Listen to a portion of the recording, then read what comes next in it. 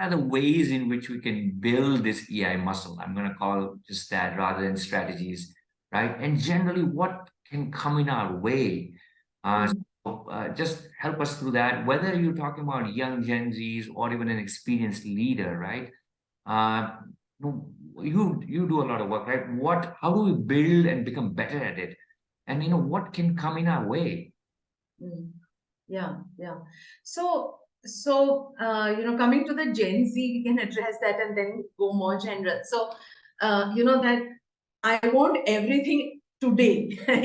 Is something, wanting those quick results and having that impatience to sort of get that is what is, coming in the way. So it's basically, a process where a mind shift change needs to happen, where certain skill sets need to be sort of brought in, and all that can come only through practice, because otherwise all of us are sort of wired in a particular way. Our upbringing has been of a particular way, and we're conditioned to sort of maybe even get those quick results as we were growing up. And so what happens is that that seems to continue, and that impatience at all points of time can come in the way. So to build a muscle, just like when we go to the gym, and you have to work at making your building your abs or your muscles, it is a time consuming process. But at the same time, the more, to the extent you sort of build it,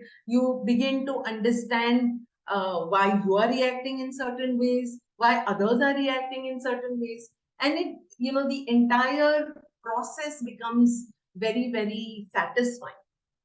So what comes in the way is the lack of practice. What happens very often is that uh, just to give an example of, there was this young manager, and since I was talking about the rewiring part, often the wiring starts from childhood. So there was this young manager who he was very, very smart, very brilliant, and climbed up the corporate ladder very fast. He was in the banking sector. And so while he was an individual contributor, what happened was that he was able to, deliver results, and he worked hard, and he was almost a, workaholic in one sense, and sort of as if trying to prove something. And so it so happened that at a point of time, he was sent by his senior manager to me for coaching for emotional intelligence. And the manager's ask was that this person doesn't know really how to work with the team, how to, validate efforts that the team is putting and stuff like that. So, that coaching should be given to him. And so in our first interaction, I started asking him about, who his role models are, what his achievements are. And so he had achieved a lot. And, there was a very interesting story that he started telling. The story was, and I'll keep it brief. So the story was that, they belonged to parents who were from the scientific background.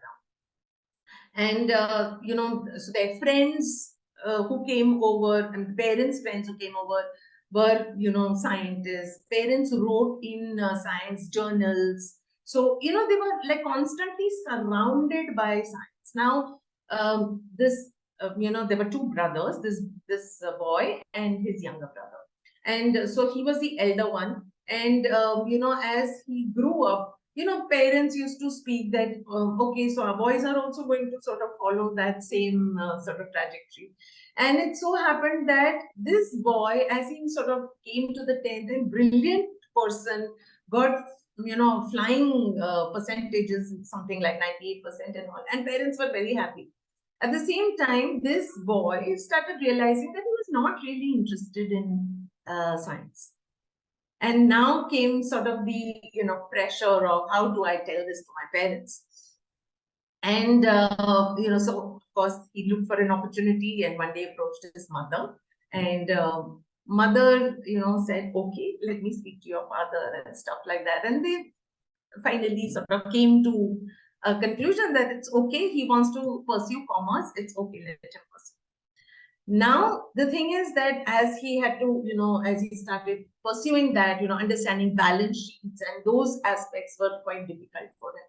And so he had to go for extra coaching sessions, in his college days.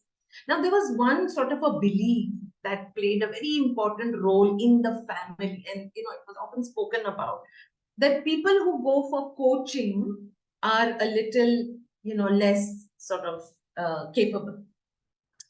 And as it is, this boy was, sort of struggling to prove to his parents that, he was a good son and that he would want to, do anything to get that validation from them. And so, first of all, there was this pressure that now he had to go for the coaching. And so anyway, he did that, but he excelled, he did very well. And, he passed out, he ran marathons, he did a whole lot of things just to sort of prove to himself and to others, especially the family members, how capable he was. Now that he joined the corporate sector, again, he worked very hard, climbed up the ranks. So all this was fine till he was, doing the work at an individual level. Then he came to a position where he was given 2, 3 team members. And he had, sort of got into this groove of that, perfectionism, where nothing, no sort of error was tolerable. And so that is when, even if there were a few errors, say in a report that came to him, he actually used to, fling the papers on their faces, or actually tear the papers and dump them in the dustbin in front of those people.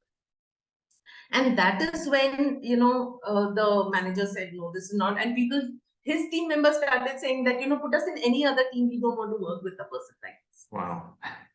So that being the situation, he was sent for coaching. And then, of course, so once, as a coach, I started understanding that piece of wiring, what was really fueling that behavior.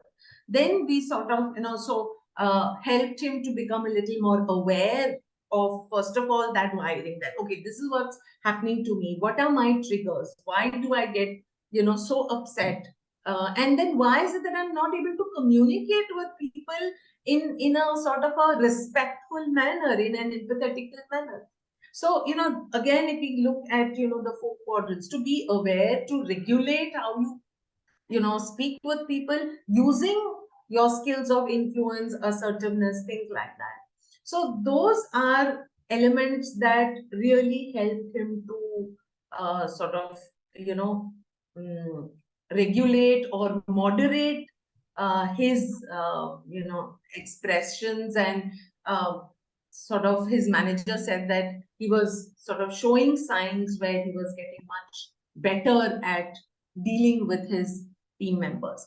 So coming back to this whole question of, what's coming in the way, unless these elements are practiced, unless, there are certain tools and exercises where we help people to become aware, to log their, triggers, to log their behavior patterns, to arrive at, understanding that what are my behavior patterns. And, so that is, the first step. And then, of course, what are the skills that are required to